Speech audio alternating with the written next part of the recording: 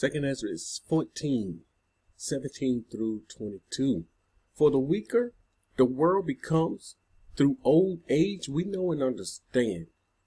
The further back in time we go, the more righteous the time was. And the further we go into the future, the weaker the world becomes, the more evilness, the more wickedness is multiplied. The more shall evils be multiplied upon his inhabitants. We have evils multiplied upon us like never before. Again, this is the dark ages. You go back to what they called the dark ages, the time was better. For truth, for the law, here we go. The law is truth. Psalms 119, 142. The law is truth, shall go further away. The truth goes further away, and falsehood shall come near. This is what's all around us today. Falsehood. It's near us. In our mouth. Falsehood. In our hearts.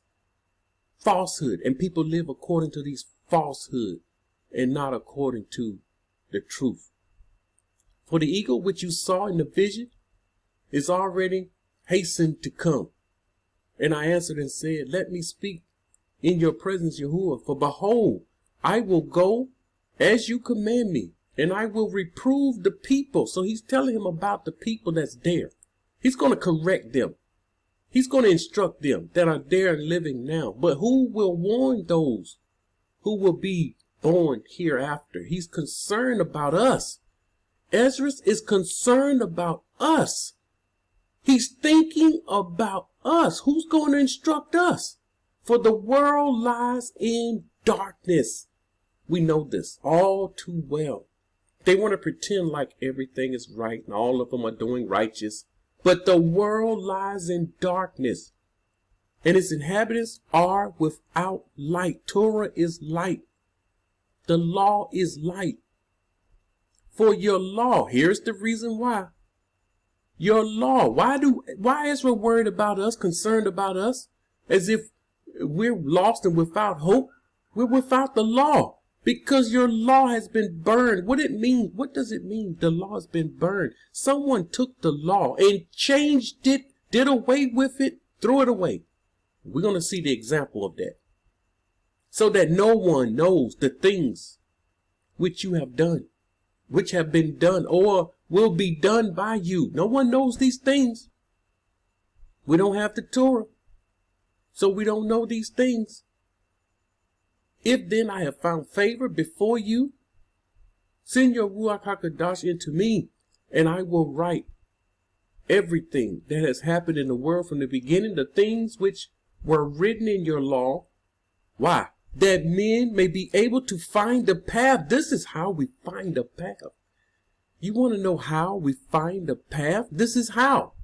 And that those who wish to live in the last days may live. So he's speaking, once again, he's speaking to us. He's speaking concerning us, the ones who wish to live. Here are those the Most High has awakened. We wish to live. This is why we're within the borders. Salvation comes from within the borders. Outside the borders, you're going to get slaughtered. See, he rewrote the Torah so that we would have it. That's how we got it. He rewrote it that we will have it in the last days. And what we're reading right here, this is what, and the Most High put his stamp of approval on it. He allowed him to rewrite everything from the beginning until the end, that we may find our path and live in these last days. But many is not going to live according to that word.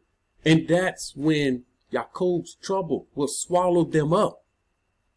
See, they're not looking. They don't wish to live. They're looking to get cut off. All right. We need an example of this. First Maccabees 1:41 through 53. And then I'm going to read 56 through 64.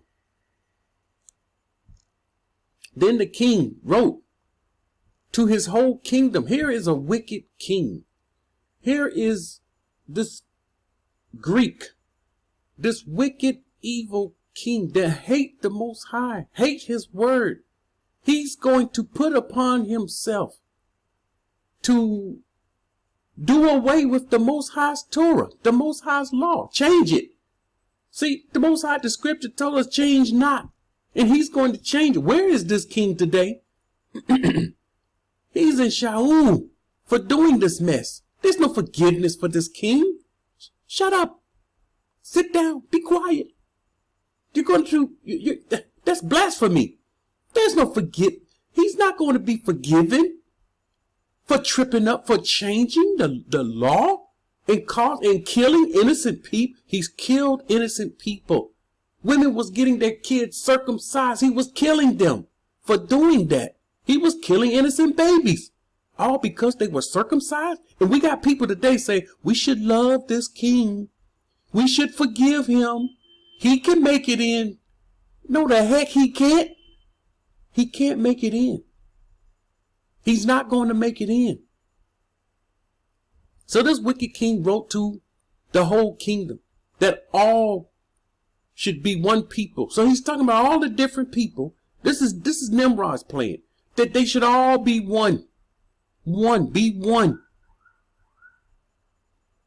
And we see Babylon doing the same thing, from the many to one. We see it. It's on the dollar bill. Oh, you don't know it's on there because it's written in another language. They wrote it in a dead language so you wouldn't know it. But they know it. From the many to one. One people. We're reading it in scripture. That each should give up his customs. Whatever your custom is, whatever you're accustomed to doing, give it up. We're keeping the days. We're keeping the Most High's Kadash days in the land. He said, give them up.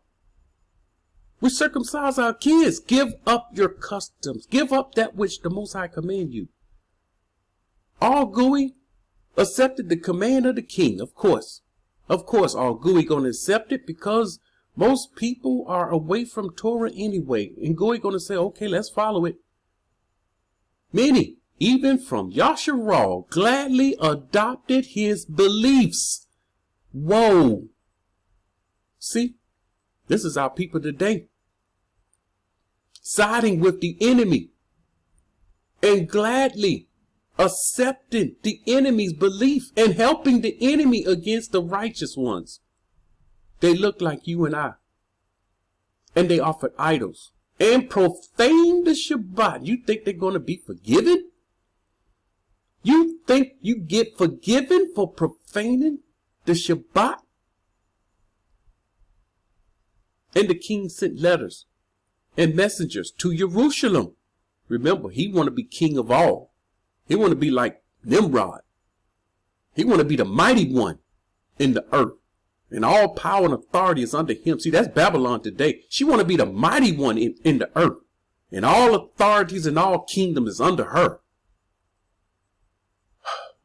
In the cities of Yehuda, he directed them to follow the customs strange to the land. These were strange customs. He changed the Most High's law and gave them something strange that the people didn't know. He forbid burnt offerings and whatever offering they did, the drink offering, shalom offering. He did away with it. He forbid it. Don't do that in the house of the Most High to profane Shabbat and the feast, the Kadash days. Listen, he didn't want to have anything to do with the Most High, and he didn't want the people to have anything to do with the Most High. This is what we're dealing with today with Esau. He doesn't want us getting connected back. He doesn't want us talking about offerings and giving offerings once again and keeping Shabbats and his feast days. But now let's go to Christianity. Let's go to the Christian church. Let's go back to Christianity. When we did all these things, when we profaned the Shabbats and the feast days and we didn't keep the law. Let's go back to them days. We kept all the evil holidays, man-made holidays, and kept none of the Most High's feast days. Everything was okay. Dance in the church, run around, have a good time. He was all right with that. The moment we say we're going back to Torah, now he calling us religious zealots. He calling us extremists, religious extremists. That's the word he used. See, I'm trying to think of the word that he used against us. Religious extremists. We're too extreme now. Because we want to believe the words of the Most High, we are extreme.